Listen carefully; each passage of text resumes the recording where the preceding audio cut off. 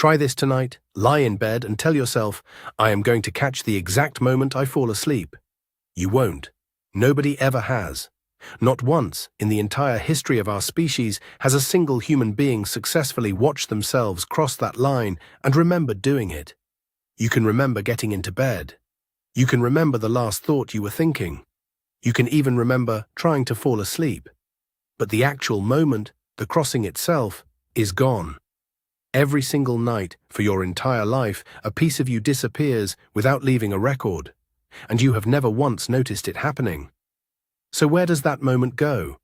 The easy answer is that sleep is just a shutdown. The brain switches off, and the missing moment is missing because there was nothing left to record. But that's wrong. Your brain doesn't power down like a phone. It keeps changing, filtering, reacting, sometimes dreaming, moving through stages from light sleep into something deeper. The mystery isn't that the brain goes silent. The mystery is that it stays active. But the part of you that can say, I am experiencing this right now, stops leaving a clean memory behind. To understand that, you have to separate two things that feel identical but aren't. Experiencing a moment and remembering it. You can live through something and fail to store it. You can hear a sound and not register it. You can see a face in a crowd and forget it 3 seconds later. You can drive a familiar road and remember almost nothing of the last 10 minutes. Memory isn't a camera quietly running in the background. It's a construction process, and construction requires cooperation. Your senses collect raw information, but turning that into a memory requires attention pointed at it, a decision by the brain that this moment belongs to your story, and enough stability to attach it to a before and an after. Falling asleep takes that everyday weakness and pushes it to its absolute limit. First, the brain has to pay attention. Then encode what happened. Then connect that moment to the larger story of you. Where you were, what you felt, what came before, what comes next. When you're fully awake, this process runs well enough that life feels continuous. Falling asleep attacks that continuity from every direction at once.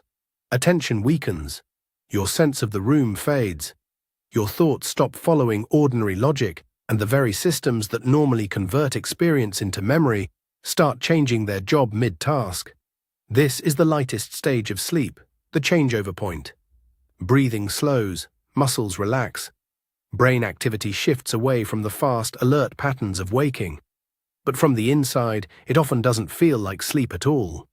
Wake someone during this stage, and they'll insist they were still awake. The brain may have already crossed into sleep before the conscious mind has any way left to report it. This is where the disappearing act actually begins. Consciousness doesn't vanish in one dramatic instant.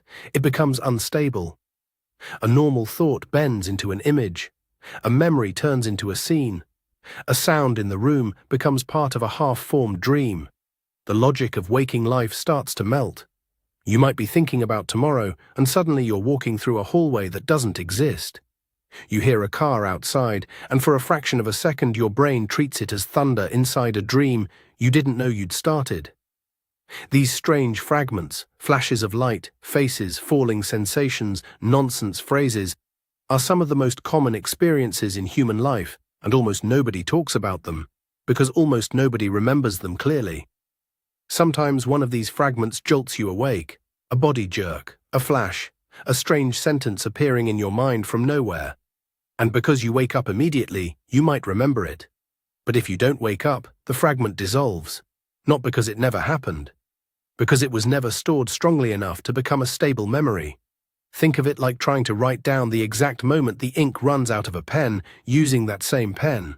The tool you need is failing during the very event you're trying to record. You cannot step outside your own brain and watch it fall asleep from a safe distance. You are inside the change. Your awareness isn't a witness standing in the doorway. It's one of the things passing through it. This is also why trying to catch the moment never works. You lie still and think, this time I'll notice it. You wait for sleep the way someone waits for an animal to appear. You keep checking, am I asleep yet? But the act of checking keeps part of you awake. Attention works a little like a hand gripping the edge of a pool. As long as you're holding on, you haven't fully drifted away. Then, eventually, your grip loosens without your permission. The part of you asking the question gets tired and stops asking. By the time sleep actually arrives, the part of you that wanted to mark the moment is no longer sharp enough to mark anything. Brain activity does cross a real, measurable threshold during this transition.